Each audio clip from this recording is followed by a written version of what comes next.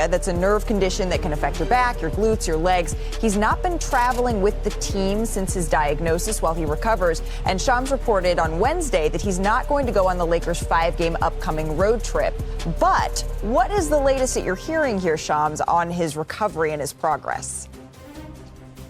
LeBron James has been fully cleared for full contact basketball activities, and the Lakers will be reevaluating him in about 1 to 2 weeks. So like you just mentioned, Malika, he won't be traveling on the Lakers' 5-game week-long road trip that starts in Atlanta this weekend.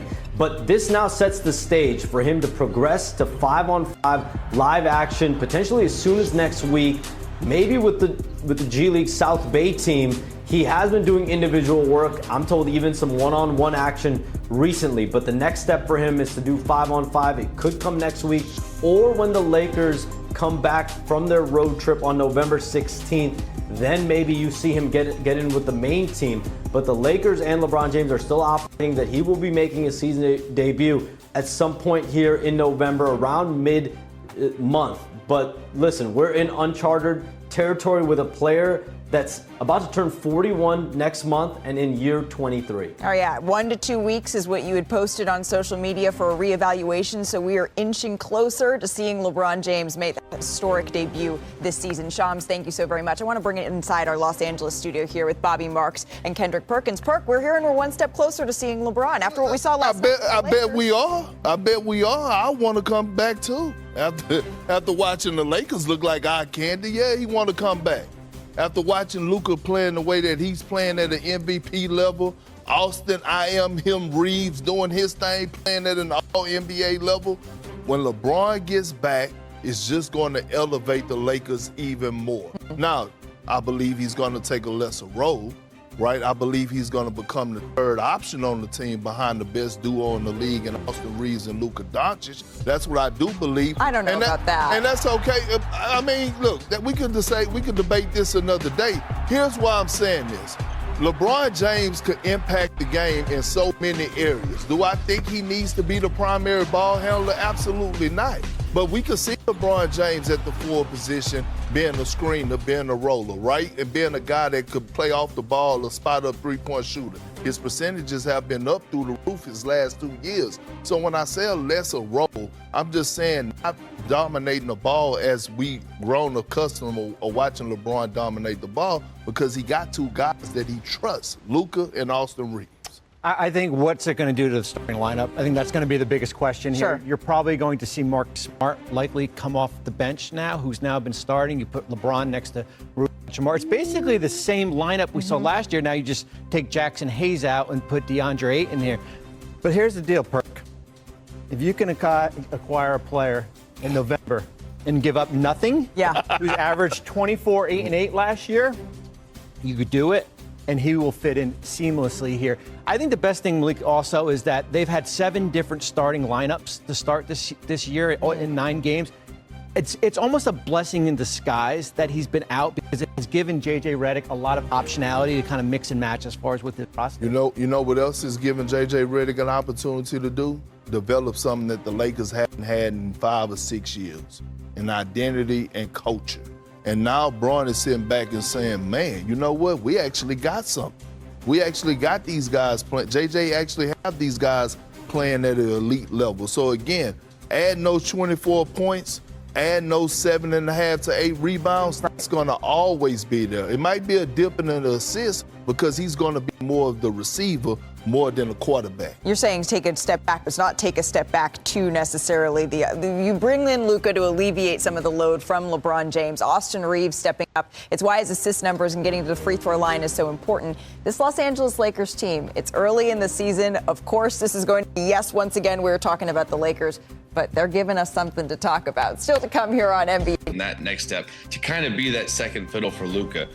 A guy like Marcus last night, his value is not just on the offensive end, although he did play a great game last night, kind of setting up the offense, playing point, allowing Luka to play off the ball a little bit, knocking down some shots, but his value is his defense. The way he played so physical with Wemby, pushed him out away from the hoop. He's such a nuisance, man. He creates the contact and then he sells the contact the other way.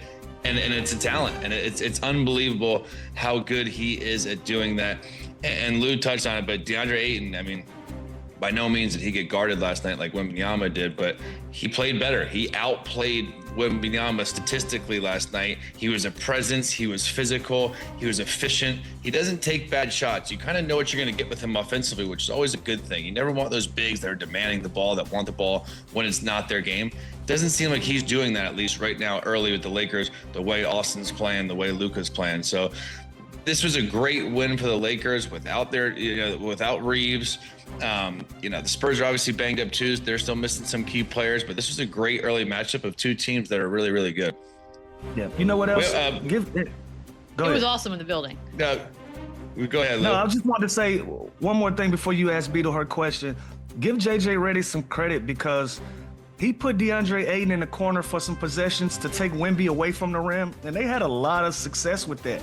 That's an adjustment inside of the game that a lot of teams hadn't really figured out. Like, you know what? I'm going to put the guy that you're guarding, I'm going to take him away from the rim, and that way we can open back up the lanes again. And they had success early in their game because of that. So shout out to JJ Redick for that.